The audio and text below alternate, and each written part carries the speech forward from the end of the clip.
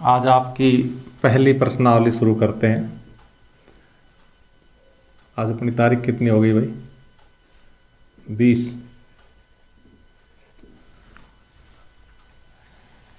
ये आपकी है वास्तविक संख्या है। थोड़ा कन्फ्यूजन हो सकता है, जो बच्चे अभी 10वीं में नवी से हुए हैं उनके लिए ये प्रश्नावली शुरू की जा रही है। जो 10वीं में है और एग्जाम नहीं हुए हैं उनका सिलेबस अपन पूरा करवा चुके हैं। ये NCERT की किताब के अकॉर्डिंग पहली प्रश्नावली हमारी वास्तविक संख्या है। तो इसको शुरू करने से पहले हम स्टार्टिंग से लेते हैं। सबसे पहले आ जाते हैं प्राकृत संख्या है। जब भी हम गणित शुरू करते हैं तो यही से गणित स्टार्ट होता है हमारा।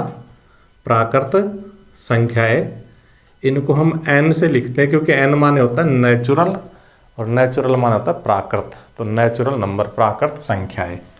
इसकी कोई खास परिभाषा नहीं है, बस इनको एक से शुरू होती है। जो हमारी गिनती होती है जब हमें सबसे पहले सिखाई जाती है तो वो प्राकृत संख्या ही होती है।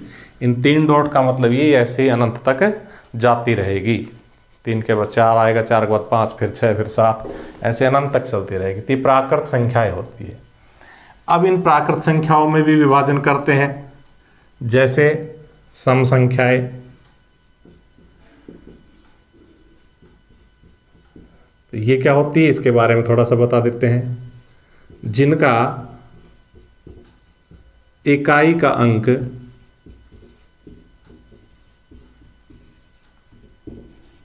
0, 2, 4, 6, 8 हो, या ऐसे भी कह सकते हैं जो 2 से विभाजित हो। वे संख्याएं जो 2 से विभाजित हो। मैं थोड़ा शॉर्ट में बता रहा हूँ, कहीं कोई अक्षर भी कम बत्ती रह जाए तो कोई दिक्कत नहीं है, आपको नॉलेज देने के लिए बता रहा हूँ। जैसे कितनी बड़ी संख्या लिख लो, जैसे 5354, क्योंकि इसका इकाई अंक 4 है इसलिए ये सम संख्या है। कितनी छोटी लिख लो, कितनी बड़ी, जैसे 20 सम संख्या, क्योंकि इकाई अंक 0 है।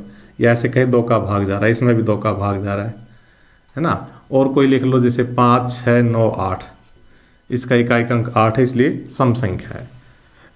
उसके बाद आती है विषम संख्या है।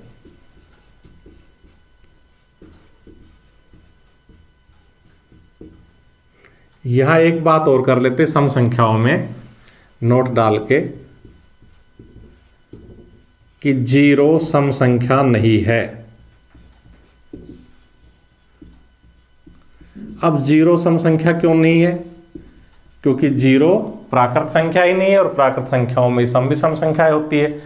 प्राकृत संख्या 1 से स्टार्ट होती है, 1 से छोटा 0 होता है। तो 0 को सम संख्या क्यों नहीं मानते हैं? क्योंकि ये प्राकृत संख्या नहीं है, इसलिए सम संख्या भी नहीं है।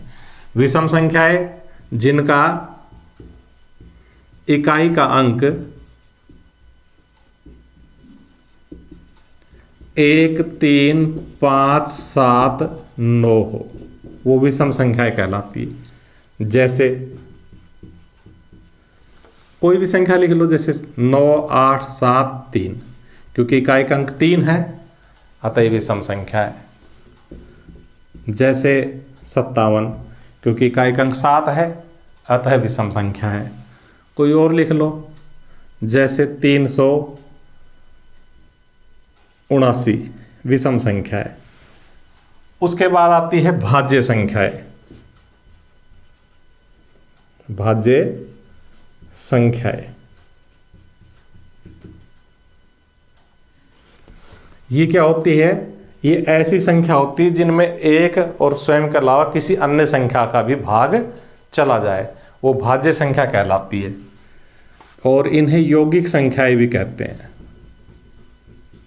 यौगिक संख्याएं या भाज्य संख्याएं, ये आम शब्द है, आपको ज़्यादातर सुनने को देखने को मिल जाएगा। और भाज्य से एहसास भी हो जाता है कि जिसमें भाग जाए एक और स्वयं के अलावा, इनको यौगिक संख्याएं कहते हैं।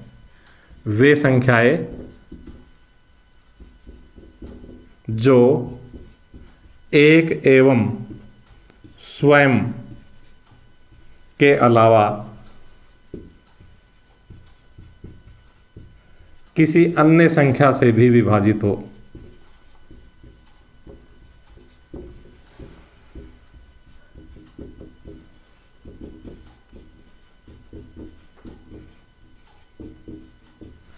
जैसे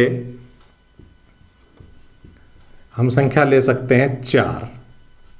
ये क्या है, 4 में 1 का भी भाग जा रहा है, ये उत्तर आ गया। 4 में 4 का भी भाग जा रहा है, ये उत्तर आ गया। इसके अलावा 4 में 2 का भी भाग जा रहा है, क्योंकि इसमें 2 का भी भाग जा रहा है, यानी 1 का और स्वयं का तो हर संख्या में भाग जाता है। 1 का मतलब 1 का और स्वयं का मतलब 4 का, जैसे स्वयं 4 है तो 4 का भाग, ये तो हर संख्या में जाता है, अभाज्य में भी जाता है। लेकिन इसके अलावा किसी अन्य संख्या का भाग चला जाए तो वो भाज्य संख्या कहलाती है। जैसे 4 के अलावा 6, 8, 9, कभी सोचो केवल सम ही, क्योंकि 4 भी सम, 6 भी सम, 8, 9 भी भाज्य, क्योंकि 9 में 3 का भी भाग जा रहा है। अब आ जाते हैं अभाज्य संख्याओं पे। अभाज्य संख्याएं, नाम से भी स्पष्ट, जिनमें भाग नहीं जाए, इन्हें रूढ़ संख्याएं भी कहते हैं। और ये क्या होती है, ऐसी संख्याएं जो केवल एक एवं स्वयं से विभाजित होती हो।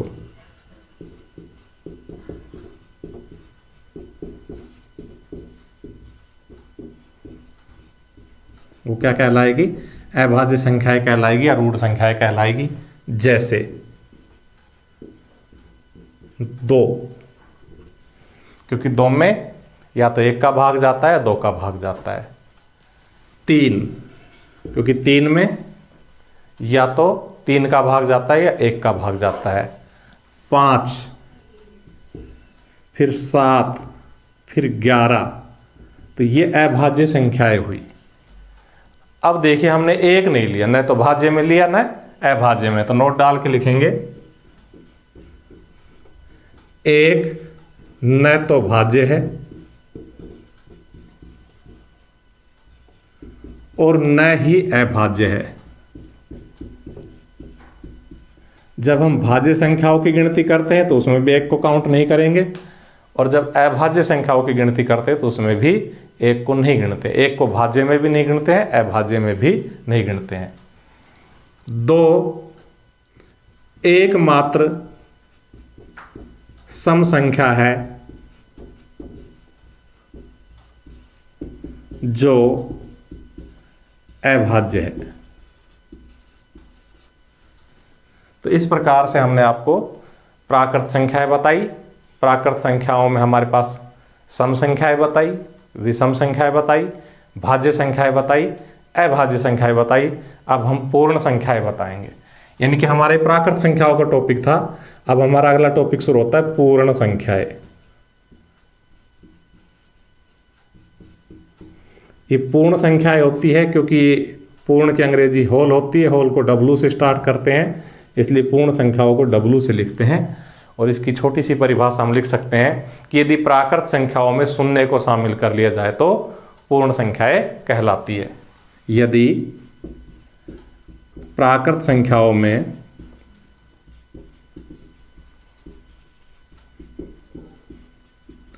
शून्य को शामिल कर ले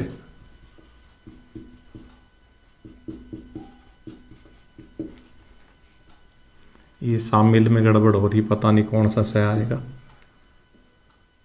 शामिल कर ले तो उन्हें पूर्ण संख्याएं कहते हैं।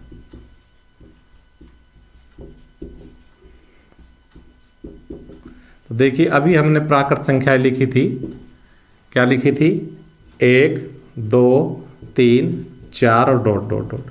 अगर इनमें 0 को भी मिला लिया जाए तो ये क्या बन जाती है, पूर्ण संख्याएं बन जाती है।